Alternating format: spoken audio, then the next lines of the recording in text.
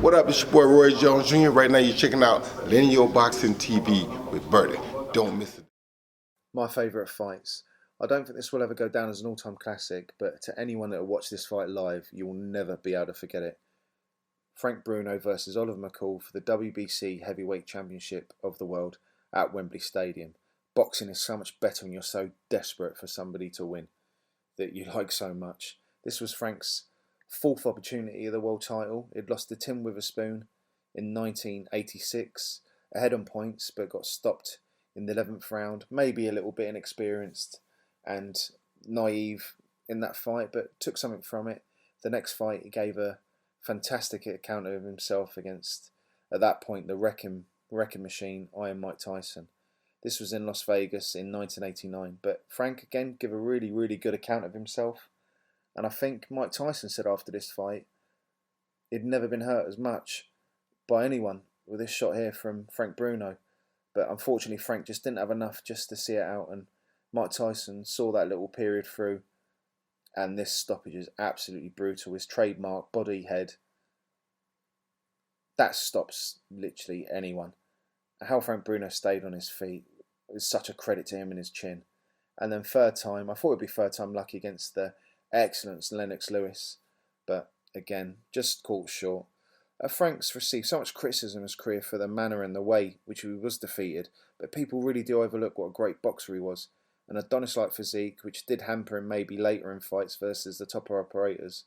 But with one notable exception in Tyson, Bruno at times outboxed everybody he'd ever fought. He was well schooled, a fantastic ramrod jab and monster power.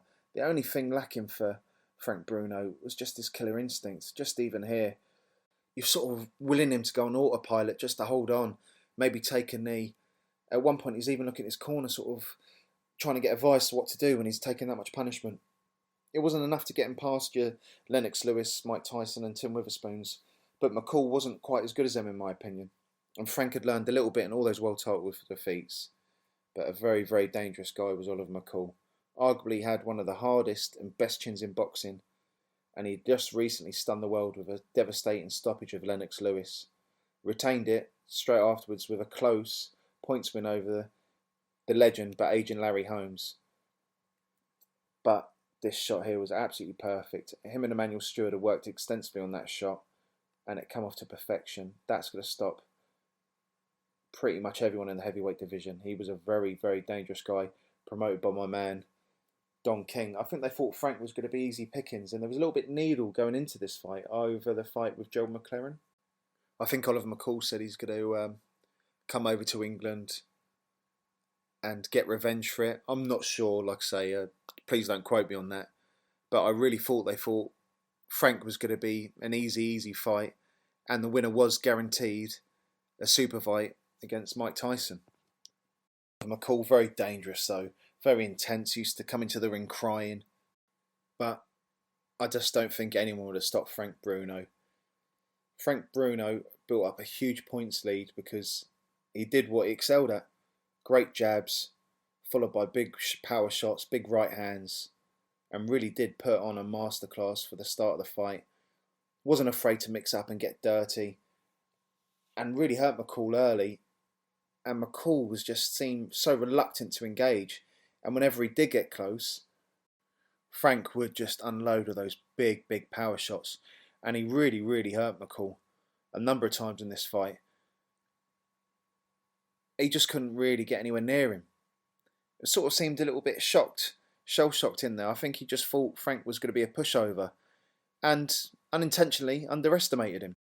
I've got to say as well, that poor sod that was sat behind Nigel Benn.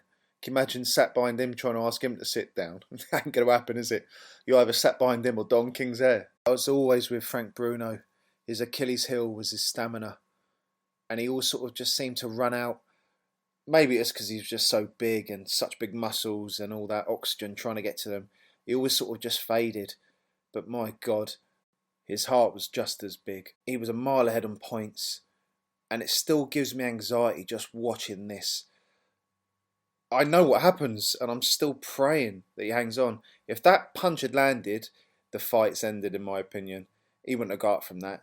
Frank is just so brave, and you can just see everyone in the crowd is going absolutely crazy, just willing him to hang on. Respect to Oliver McCall. He's throwing the kitchen sink, but a truck wouldn't stop Frank now. He's finally done it, and Ian Darke calls out the last 10 seconds. Is this Frank's moment of destiny? He switches southpaw again. We are inside the last 10 seconds of the contest.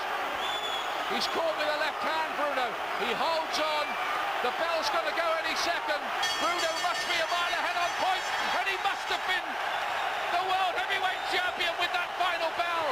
He surely has won it. And new Bruno is the champion.